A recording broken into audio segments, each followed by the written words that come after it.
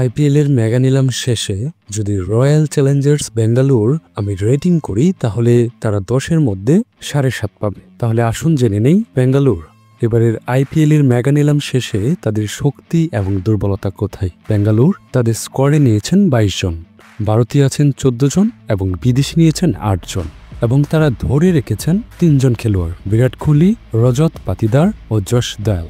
আর নিলাম থেকে কাদেরকে নিয়েছেন আপনারা এই মুহূর্তে সেই তালিকাটা স্ক্রিনে দেখতে পাচ্ছেন। আর রয়্যাল চ্যালেঞ্জার্স বেঙ্গালুর সব থেকে দামি খেলোয়াড় হচ্ছে বিরাট কোহলি, 21 কোটি রুপি। যদিও এটা বেঙ্গালুর জন্য সব থেকে দামি খেলোয়াড়, কিন্তু আইপিএল এর 1-2 এবার বিরাট কোহলি নেই। বেঙ্গালুর শক্তিমত্তার দিকটা যদি বলি তাহলে প্রথমেই যেই পয়েন্টটা আসবে সেটা হচ্ছে নতুনত্ব। দলটা পুনর্গঠন করা হলেও বেশ ভালো, কারণ বিগত আইপিএল গুলোতে প্রায় একই খেলোয়াড় নিয়ে বেঙ্গালুর খেলছিল, কিন্তু কোনোভাবেই তাদের সফলতা আসছিল না, চূড়ান্ত সফলতাটা। যদিও তারা কোয়ালিফায়ার পর্যন্ত যাচ্ছে, ফাইনাল পর্যন্ত যাচ্ছে, কিন্তু তাদের কাঙ্ক্ষিত লক্ষ্য যেটা চ্যাম্পিয়ন হওয়া সেটা তারা করতে পারছিল না। এই জন্য এইবার তারা দলটাকে একবারে ভেঙে ছুড়ে নতুন করে করেছে, যার জন্য দলটার মধ্যে নতুনত্ব এসেছে। এটা হতে পারে তাদের শক্তিমত্তার একটা জায়গা। এরপর যে পয়েন্ট আসবে সেটা হচ্ছে বিপজ্জনক টপ অর্ডার। তারা এমন কিছু খেলোয়াড় নিয়েছে এবারে আইপিএলে টপ অর্ডারের ব্যাটিং এর, বিশেষ করে ফিল সল্ট, বিরাট কোহলি, রজত পাতিদার ও জ্যাকবল ব্যাথেল। এই যে টপ অর্ডার ব্যাটিংগুলোর নাম বললাম, এটা যে কোনো দলের জন্যই হতে পারে বিপজ্জনক টপ অর্ডার, যেটা বেঙ্গালুর জন্য বিশাল একটা শক্তির জায়গা হতে পারে। এরপর যে পয়েন্টটাতে আসবে সেটা হচ্ছে মিডল অর্ডারে হার্ড হিটার আধিক্য। বেঙ্গালুর এইবার যে চ্যাম্পিয়ন হওয়ার মতো একটা দল করেছে সেটা তাদের প্রত্যেকটা সেক্টর দেখলেই বোঝা যায়। যেমন তাদের টপ অর্ডার, ঠিক একইভাবে মিডল অর্ডারও তারা বিশেষভাবে নজর দিয়েছে। লিয়াম লিভিংস্টনের মতো খেলোয়াড় তাদের মিডল অর্ডারে রেখেছে। জিতেশ শর্মা, কুণাল পান্ডিয়ার মতো খেলোয়াড় আছে বেঙ্গালুর মিডল অর্ডার সামলানোর জন্য। এরপর যে পয়েন্ট আসবে সেটা হচ্ছে অভিজ্ঞ পেস আক্রমণ। জশ হ্যাজেলউডের মতো পেসার এইবার তাদের দলে বেরিয়েছেন। এছাড়াও আছেন ভুবনেশ্বর কুমারের মতো পরীক্ষিত বলার, পারফর্মার বলার। এটা হতে পারে তাদের দলের জন্য বিশাল বিশাল একটা শক্তির জায়গা। এরপর যে শক্তিমত্তাটা না বললেই নেই সেটা হচ্ছে তরুণ প্রতিভা। প্রতিবারের মতো এইবারও তারা নতুন প্রতিভা ধরে রেখেছে, সেটা হচ্ছে যশ দয়াল ও রাসিক সালাম, যারা হচ্ছেন ইন্ডিয়ার ঘরোয়া লিগগুলোতে মাতিয়ে এসেছে এবং তারা পরীক্ষিত। তরুণ হলেও তারা পারফর্মার। এটা হতে পারে বেঙ্গালুর জন্য এবার ডার্ক হর্স এবং টার্নিং পয়েন্ট হতে পারে। এইটা হচ্ছে রয়্যাল চ্যালেঞ্জার্স বেঙ্গালুরুর এইবারের মেগা নিলাম শেষে দলটির শক্তিমত্তা। এবার যদি তাদের দুর্বলতা বলি তাহলে বিশ্বমানের স্পিনার নেই। এই একটা পয়েন্টই বেঙ্গালুর জন্য ভোগাতে পারে। সুভাষ শর্মা ও স্বপ্নিল সিং, তারা তাদের ন্যাশনাল বা ডোমেস্টিক থেকে যে দুজন স্পিনার নিয়েছেন, বেঙ্গালুর এবার বিদেশি কোনো পরীক্ষিত বা ইন্টারন্যাশনাল মানের কোনো স্পিন বলই নেননি। তারা তাদের দেশীয় খেলোয়াড়দের উপরেই ভরসা রেখেছেন, কিন্তু যাদের উপর রেখেছেন স্পিনার তারাও এত বিশ্বমানের না, বা তারা এর আগে কোনো ইন্টারন্যাশনালি তারা প্রমাণিত না। তো এটা হতে পারে বেঙ্গালুরুর জন্য একটা বিশাল দুর্বলতার জায়গা। এরপর যে দলটার কথা আসবে সেটা হচ্ছে সানরাইজার্স হায়দ্রাবাদ। এবারে আইপিএল এ মেগা নিলাম শেষে তাদের দলটাকে আমি যদি রেটিং করি তাহলে 10-এর মধ্যে তাদেরকে 7 পর্যন্ত দিতে পারবো। সানরাইজার্স হায়দ্রাবাদ প্রতিবারই তারা একটা চ্যাম্পিয়ন দল করে, এবারও তার ব্যতিক্রম নয়। তবে এইবার মেগা নিলাম শেষে তারা আমার মনে হচ্ছে কিছুটা পিছিয়ে গেছে। যাই হোক, সানরাইজার্স তাদের মূল স্কোয়াডে 20 জন খেলোয়াড় নিয়েছেন, তার মধ্যে ভারতীয় আছেন 13 জন এবং বিদেশি খেলোয়াড় আছেন 7 জন। এবার তারা অনেক খেলোয়াড়ই ধরে রেখেছেন, তার মধ্যে উল্লেখযোগ্য হচ্ছেন হাইনরিক ক্লাসেন, প্যাট Cummins, Abhishek Sharma, Travis head, Nitish Kumar Reddy. আর নিলাম থেকে তারা কোন কোন খেলোয়াড় নিয়েছেন অলরেডি আপনার স্ক্রিনে সেটা দেখতে পাচ্ছেন। এইবারের আইপিএল এ সানরাইজার্স হায়দ্রাবাদের দলে সব থেকে দামি খেলোয়াড় হচ্ছেন হেনরিক ক্লাসেন। 23 কোটি রুপিতে তারা ক্লাসেনকে ধরে রেখেছেন। অবশ্য ক্লাসেন সেটা যোগ্য, পরীক্ষিত এবং তাকে ডার্ক হর্সও বলা যায়, কারণ ক্লাসেনের মতো খেলোয়াড় যে দলে থাকবে যে কোনো ম্যাচের মোড় যে কোনো সময় ঘুরিয়ে দিতে পারে, তো তার পিছনে টাকা খরচ করাটা অবশ্যই যুক্তি। এবার যদি সানরাইজার্স হায়দ্রাবাদের শক্তিমত্তার পয়েন্টগুলো বলি তাহলে প্রথম যেটা আসবে সেটা হচ্ছে বিস্ফোরক top order. Travis head, Abhishek Sharma, ঈশান কিষানের মতো পরীক্ষিত ব্যাটার তারা টপ অর্ডারে রেখেছেন, যেটা এইবারে আইপিএলে যে কোনো দলের বিপক্ষে বিধ্বংসী হয়ে উঠতে পারে। এরপর শক্তিমত্তার দিক থেকে যে পয়েন্ট আসবে হায়দ্রাবাদের জন্য সেটা হচ্ছে মিডল অর্ডার বিপজ্জনক। কেনই বা বিপজ্জনক হবে না, যেখানে হেনরি ক্লাসেনের মতো খেলোয়াড় আছে, নীতিশ রেড্ডি, অভিনব মনোহর, পরীক্ষিত 2 লেগ স্পিনার আছে, অ্যাডাম জাম্পা, রাহুল চাহার। তো মিডল অর্ডারে তারা যেরকম পরীক্ষিত ব্যাটার রেখেছেন তেমনি তারা অলরাউন্ডারও রেখেছেন, যারা তারা মিডল অর্ডার এবং শেষ ভাগের অংশটাতে অনেকটা সাপোর্ট দিবে। এটা হতে পারে হায়দ্রাবাদের জন্য একটা বিশাল টার্নিং পয়েন্ট। এরপর যে পয়েন্ট আসবে সেটা হচ্ছে বিকল্প পেসার। মোহাম্মদ সামি, হর্ষল প্যাটেলের সঙ্গী হতে পারেন জয়দেব ও সিমরজিৎ সিং। যেখানে পরীক্ষিত পেসার, ইন্টারন্যাশনালি বলেন, আইপিএলে বলেন এবং আইপিএল এর পারফর্মার বলার বলেন, সেটা হচ্ছে মোহাম্মদ সামি ও হর্ষল প্যাটেল। তাদেরকে তো তারা রেখেছেনই, তার বিকল্প আবার দুটো পেসারও রেখেছেন, জয়দেব ও সিমরনজিৎ সিং। তো এই দিক থেকে হায়দ্রাবাদকে ফেলে দেওয়ার মতো কোনো অপশনে নেই। এই জায়গাটা হায়দ্রাবাদের হতে পারে একটা বিশাল শক্তির জায়গা। এবার যদি তাদের দুর্বলতা জায়গাটা বলি, তাহলে যে জিনিসটা আপনার সব থেকে বেশি চোখে পড়বে সেটা হচ্ছে অভিজ্ঞ দুই পেসার ভুবনেশ্বর কুমার ও থাঙ্গারাসু নটরাজনকে তাদের ধরে না রাখাটা। এটা দুর্বলতা তো বটেই এবং সেই সাথে অনভিজ্ঞ একটা কাজও বটে। কারণ ভুবনেশ্বর কুমারের মতো বলারকে তারা ধরে না রেখে ছেড়ে দিল, যেখানে বিগত কয়েক বছর ধরেই আইপিএলে হায়দ্রাবাদের হয়ে আইপিএল মাতিয়ে আসছেন ভুবনেশ্বর কুমার, তাকেই তারা ছেড়ে দিল, যার কারণে তাদের পেস ইউনিটটা কিছুটা হলেও দুর্বল হয়ে পড়েছে। যদি ভুবনেশ্বর কুমার থাকতো, তার সাথে মোহাম্মদ সামিকে নিত, এই জায়গাটাই দুর্বলতা না হয়ে একটা শক্তিতে রূপান্তর হতো। এরপর হচ্ছে মিডল অর্ডার ও লোয়ার অর্ডারে ব্যাকআপ নেই। তারা প্লেয়ার নিয়েছে কিন্তু এটার জন্য কোনো ব্যাকআপ নেই। কারণ বর্তমানে আইপিএলটা যে এরকম কম্পিটিটিভ হচ্ছে, এখানে আপনাকে 10-এ 10ই রাখতে হবে, 9-6 করার কোনো সুযোগ নেই। কারণ প্রত্যেকটা দলই এমনভাবেই তাদের দল করছে যেখানে আপনার যদি 1% দুর্বলতা থাকে তাহলে ওই সুযোগটাই প্রতিপক্ষ নেবে। তবে সবকিছুর পরে ক্রিকেটটা হচ্ছে মাঠের খেলা, তো আশা করবো হায়দ্রাবাদ ওরকমই একটা পারফর্ম করবে।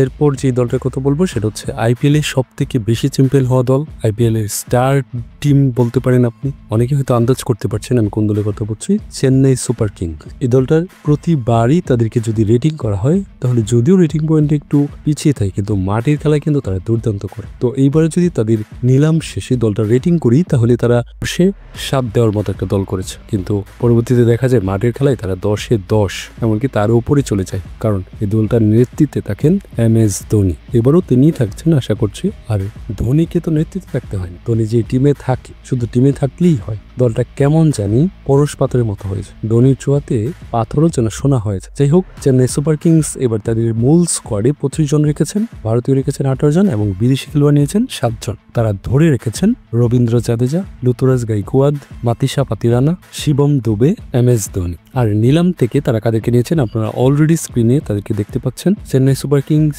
তাদের দলের সব থেকে দামি খেলোয়াড় হচ্ছেন রবীন্দ্র জাদেজা ও ঋতুরাজ গাইকোয়াদ। তারা দুজন খেলোয়াড়কে 18 কোটি রুপি দিয়ে ধরে রেখেছে। রবীন্দ্র জাদেজাকে ধরে রাখাটা বা রবীন্দ্র জাদেজার মতো প্লেয়ারকে টিমে রাখা, এটা নিঃসন্দেহে একটা বুদ্ধিমানের কাজ। এছাড়াও ঋতুরাজ গাইকোয়াদ তিনিও প্রমাণ করেছেন, সেই জন্যই হয়তো চেন্নাই তার উপরে আস্থা রেখেছেন। যাই হোক, এবার যদি চেন্নাই সুপার কিংসের শক্তিমত্তার দিকগুলো বলি, তাহলে সব বিভাগই কার্যকর খেলোয়াড় আছে। এটা তো প্রতিবারই তারা প্রমাণ করেছে এবং আইপিএল এ সর্বোচ্চবার চ্যাম্পিয়ন হয়ে তারা এটারই স্বাক্ষর রাখে। নতুন করে আর চেন্নাইকে প্রিডিকশন করার, চেন্নাইকে ভালো বলার কোনো সুযোগ, তারা যেই জায়গায় যেই প্লেয়ারকে যেই খেলোয়াড়কে রাখেন, তারা ওই জায়গায় তার দায়িত্বটা খুব ভালো করেই পালন করেন। এই জন্যই তো এই টিমটা সেরা হয় প্রতিবারই। আর MS ধোনি কিভাবে যেন প্রত্যেকবারই তার দলের জন্য যেই জায়গায় যতটুকু দরকার সেটা তিনি বের করে নেন। এটা হচ্ছে সব থেকে বড় শক্তির জায়গা। আর একটা কথা না বললেই নয়, MS ধোনি যেখানে আছে সেই দলটার শক্তিমত্তার জায়গা, আর প্রতিটা ডিপার্টমেন্ট আলাদা আলাদা ভাগ করে বলার কিছু নেই। MS ধোনি হচ্ছে একটা কম্বো প্যাকেজ। এছাড়াও তাদের আরেকটা পয়েন্ট না বললেই নয় শক্তিমত্তার জায়গা, সেটা হচ্ছে দুর্দান্ত স্পিন আক্রমণ, যেখানে রবীন্দ্র জাদেজা আছে, এটা আগেও তো বলেছে। এছাড়াও তারা আফগানিস্তানের তরুণ স্পিন সেন্সেশন নূর আহমেদকে নিয়েছেন। তাহলে বুঝতে পারছেন, রবীন্দ্র জাদেজা, নূর আহমেদ, সেই সাথে ফেরানো হয়েছে চেন্নাইয়ের সন্তান রবিচন্দ্রন আশ্বিনকে। তাহলে চেন্নাই এবার একটা ওয়ার্ল্ড ক্লাস বিশ্বমানের একটা স্পিন আক্রমণ তাদের ধরে। অতীতে যাদের নিয়ে শিরোপা জিতেছে তাদের অনেকেই ফেরানো হয়েছে, অনেকেই অনেক খেলোয়াড় ছেড়ে দিয়েছে যারা বিগত অনেকদিন ধরেই ওই টিমের হয়ে খেলছে, ওদিকে তারা ছেড়ে দিয়েছে। আর চেন্নাই কি করলো, বিগত দিনে যাদেরকে ছেড়ে দিয়েছিল তাদেরকেই আবার ফিরিয়ে এনেছে। এটা তাদের জন্য একটা বিশাল শক্তির জায়গা। এছাড়াও চেন্নাই প্রতিবারই দেখা যায় যে তারা তরুণ প্রতিভার দিকে বিশেষ একটা নজর দেয়। এছাড়াও পরিচিত ও নির্ভরযোগ্য ভারত, চেন্নাই সব থেকে বেশি নজর দেয় সেটা হচ্ছে অভিজ্ঞ বিজয় শঙ্কর, রাহুল ত্রিপাঠী, দীপক হোদা, শ্রেয়স গোপাল। চেন্নাইকে বারবার চ্যাম্পিয়ন হওয়ার পিছনে এই জিনিসটা কিন্তু অনেকই কাজে লাগে। এবার যদি চেন্নাইয়ের দুর্বলতার জায়গাটা বলি, তাহলে একটা জিনিস আপনার নজর পড়বে, সেটা হচ্ছে ফিনিশিংয়ে সেই মহেন্দ্র সিং ধোনির উপরেই অতিমাত্রা নির্ভর। চেন্নাইয়ের এই জিনিসটা পরিবর্তন করা দরকার ছিল। বা ধোনির একজন বিকল্প রাখার দরকার ছিল। চেন্নাইয়ের ফিনিশিংয়ে এত কিন্তু ধোনি খুব সফলভাবেই সেটা পালন করে এসেছেন, এইবার তার একটা বিকল্প রাখি, তাহলে হয়তো এই জিনিসটা আর দুর্বলতা থাকতো না। মহেন্দ্র সিং ধোনি চমক নিয়ে আসে কিনা সেটা এখন দেখার অপেক্ষায় থাকবে চেন্নাইয়ের ফ্যানরা। এরপর যে দলটা আসবো সেটা হচ্ছে রাজস্থান রয়্যালস।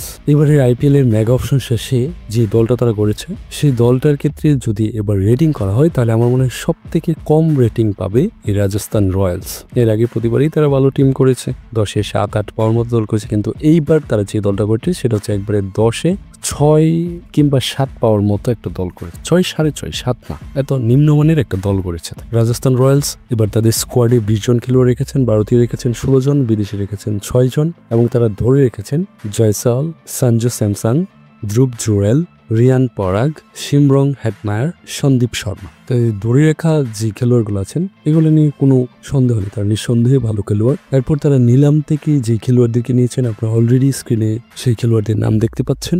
রাজস্থান রয়্যালস এবার তাদের টিমে সব থেকে দামি খেলোয়াড় হচ্ছে জয়সওয়াল ও সঞ্জু স্যামসং। তারা দুজনকেই 18 কোটি রুপি দিয়ে ধরে রেখেছেন। সঞ্জু স্যামসং এবং জয়সওয়াল তারা দুজনই পরীক্ষিত এবং পারফর্মার, তাদের পিছনে 18 কোটি না আরো বেশি টাকা খরচ করার মতো যোগ্য খেলোয়াড় তারা। এবার যদি রাজস্থান রয়্যালসের শক্তিমত্তার জায়গাটা বলি তাহলে প্রথমেই যে পয়েন্ট আসবে সেটা হচ্ছে ধরে রাখা খেলোয়াড়দের সবাই টপ পারফর্মার। সঞ্জু স্যামসং বলেন, জয়সওয়াল বলেন, ধ্রুব জুয়েল বলেন, শিমরন হেটমায়ার বলেন, রিয়ান পরাগ বলেন এবং সন্দীপ শর্মার কথা বলেন, যেই 6 জন খেলোয়াড় তারা ধরে রেখেছেন তারা প্রত্যেকই পারফর্মার এবং আইপিএলে তারা প্রতিবারই সেটা প্রমাণ করেছে। আর শুধু আইপিএল না, তাদের নিজ নিজ জায়গা থেকে সেটা দেশি খেলোয়াড় হোক বা বিদেশি খেলোয়াড় হোক সবাই পারফর্মার। সব থেকে বড় শক্তির জায়গা হবে রাজস্থান রয়্যালসের জন্য। এরপর যে পয়েন্ট আসবে সেটা হচ্ছে আপনি যদি টোটাল স্কোয়াডটা দিকে তাকান তাহলে দেখবেন যে বিস্ফোরক টপ অর্ডার ও মিডল অর্ডার, স্যামসাং, জয়সওয়াল, পরাগ, হেটমায়ার, এই যে প্লেয়ারগুলোর নাম বললাম তারা টপ থেকে এবং মিডল অর্ডার পর্যন্ত এরা খেলে থাকে। তাহলে যেখানে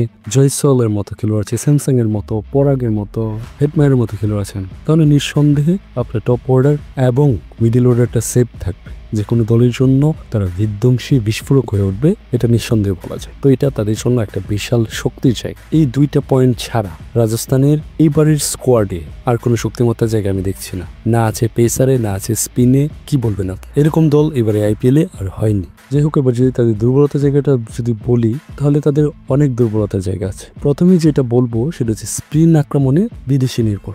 অনিন্দ্য হাসারাঙ্গা ও মহেশ তিকসানা। অনিন্দ্য হাসারাঙ্গা নিয়ে তো কোনো প্রশ্ন নেই, মহেশ তিকসানা সেও পারফর্মার কিন্তু হাসারাঙ্গার মতো না। সব থেকে বড় কথা হচ্ছে তারা দুজনেই বিদেশি স্পিনার নিয়েছেন, দুজনেই শ্রীলঙ্কার নিয়েছেন, এতে কোনো সমস্যা নেই। স্পিনটা হয়তো হাসারাঙ্গাকে দিয়ে পুষিয়ে নিতে পারবে, কিন্তু পেস আক্রমণে ভারতীয় পরিচিত কেউ নেই। ভারতের মাটি থেকেই তো খেলা হবে আইপিএলটা, তো আপনাকে অবশ্যই সর্বপ্রথম ভারতীয় কোনো পরীক্ষিত এবং বিশ্বমানের বলার আপনাকে অবশ্যই রাখতেই হবে, তাহলেই না আপনার টিমটা শক্তিশালী হবে। তো সেক্ষেত্রে আপনার ভারতীয় ওইরকম কোনো পরীক্ষিত বলার নেই, এটা একটা বিশাল দুর্বলতার জায়গা আমি মনে করছি। এছাড়াও ফিনিশিংয়ে আছে ঘাটতি, তাদের টপ এবং মিডিল অর্ডার খুবই ভালো হলেও তাদের ফিনিশিংয়ে কেউ নেই। এরকম আরো অনেক দুর্বলতার জায়গা আছে যেটা অবশ্যই এবারে আইপিএলে রাজস্থান রয়্যালসকে ভোগাবে, কিন্তু আপাত দৃষ্টিতে রাজস্থান রয়্যালসের কিন্তু দুর্বলতাটাই দেখা যাচ্ছে। এর আগে উপরে যে টিমগুলোর কথা বললাম তাদের তো দেখেছেন, রয়্যাল চ্যালেঞ্জার বেঙ্গালুরু বলেন, মুম্বাই বলেন, গুজরাট বলেন, কলকাতা বলেন, তারা যেরকম টিম করেছে সেই তুলনায় কিন্তু অনেক পিছিয়ে আছে রাজস্থান রয়্যালস।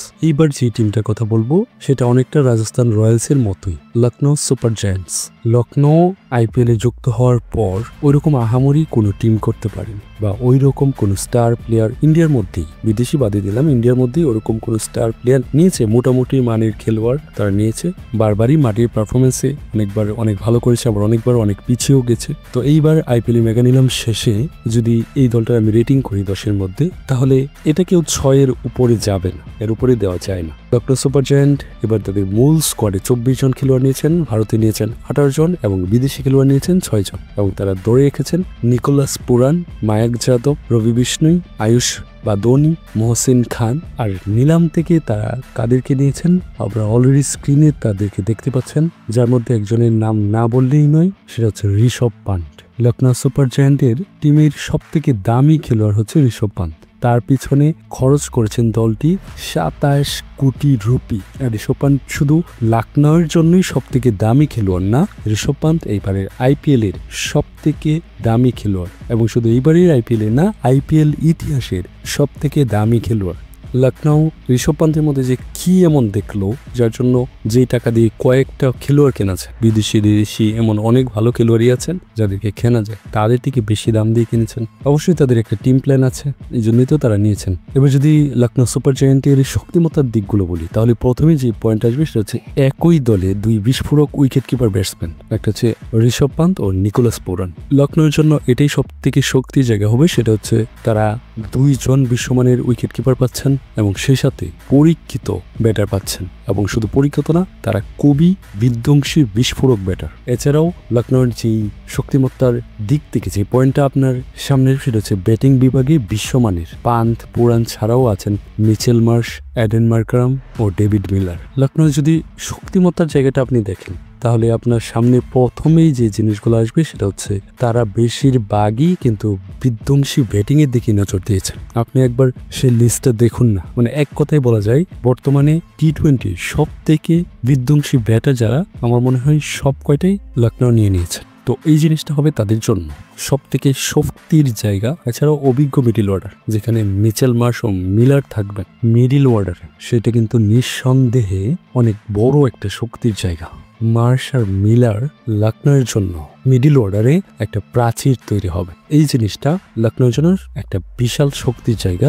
এরপর যে শক্তিমত্তার জায়গাটা আপনার নজর পড়ে সেটা হচ্ছে নির্ভরযোগ্য ভারতীয় পেসার মায়াঙ্ক যাদব, আবেশ খান ও আকাশদীপ। তারা তিনজনই বর্তমানে পেসার যাদেরকে নিয়েছেন, এবং বিদেশি এবং দেশি 3 তারকা, তাদের মিলে এটা একটা শক্তির জায়গা এবং নির্ভরযোগ্য শক্তির জায়গা সেটা বলা যায়। এই তো ছিল লখনৌয়ের শক্তিমত্তার জায়গা। এবার যদি দুর্বলতার জায়গাটা আসি, তাহলে প্রথমে আসবে উদ্বোধনী জুটি পরীক্ষিত নয়। লখনৌ কিন্তু গতবার কুইন্টন ডিকক ছিল এবং লোকেশ রাহুল ছিল, তারা দুজনকেই লখনৌ ছেড়ে দিয়েছেন। আমি মনে করি এটা তাদের জন্য একটা বিশাল দুর্বলতার জায়গা তৈরি হয়েছে। কুইন্টন ডিকক, লোকেশ রাহুলের মতো প্লেয়ারদেরকে ছেড়ে দেওয়া, এটা নিছক কি বলবো, একটা দুর্বলতা তো তৈরি হবেই। যে খেলোয়াড়দেরকে নিয়েছেন তাদের মধ্যে কেউই কিন্তু নতুন বলের অভিজ্ঞ ওপেনার না। এখন তাদের মধ্যে হয়তো ওপেন করতে পারেন অ্যাডেন মার্কারাম ও অনভিজ্ঞ। ওপেনিং ব্যাটিংটা কিন্তু এত সহজ না, এটা কিন্তু খুবই গুরুত্বপূর্ণ একটা জায়গা। নতুন বলে ব্যাট করা এবং পাওয়ার হিট করা, এটা কিন্তু খুবই একটা চ্যালেঞ্জিং কাজ। সেক্ষেত্রে তারা যেহেতু ডিকক এবং রাহুলকে লস করেছে, তাহলে এটা তাদের জন্য একটা বিশাল দুর্বলতার জায়গা তৈরি হয়েছে। এখন দেখা যাক মাঠের খেলায় কি তারা এই দুর্বলতা কাটিয়ে উঠতে পারে কিনা, বা তাদের তো অবশ্যই একটা প্ল্যান আছে, সেই প্ল্যানটা কি কাজ করে কিনা। এছাড়াও দুর্বলতার জায়গায় যে পয়েন্ট আপনার আসবে সেটা হচ্ছে বিদেশি পেসারের সংকট। তারা দেশীয় পেসার নিয়েছে, ঠিক আছে, স্টার খেলোয়াড় নিয়েছে, কিন্তু বিদেশি পেসারও কিন্তু দরকার আছে। শামার জোসেফ ছাড়া বিদেশি কোনো পেসার নেই। অবশ্যই এখানে একটা স্টার পেসার রাখা দরকার ছিল। দেশীয় পেসার যেরকম গুরুত্বপূর্ণ, কারণ যেহেতু ইন্ডিয়ার মাটিতে খেলাটা হচ্ছে, ঠিক একইভাবে বিদেশি যারা খেলোয়াড় থাকবেন প্রত্যেকটা দলে, তাদের সামলানোর জন্য একজন বিদেশি স্টার পেসারও দরকার আছে। এই জায়গাটাও লখনৌয়ের সব থেকে বড় দুর্বলতার জায়গা তৈরি হবে মাঠের খেলায়। সবকিছুর পরে একটা কথাই বলতে হয়, যে দল যেভাবেই গোছাক, ক্রিকেটটা হচ্ছে মাঠের খেলা, গোল বলের খেলা। এই খেলাটা যতক্ষণ পর্যন্ত মাঠে না গড়াবে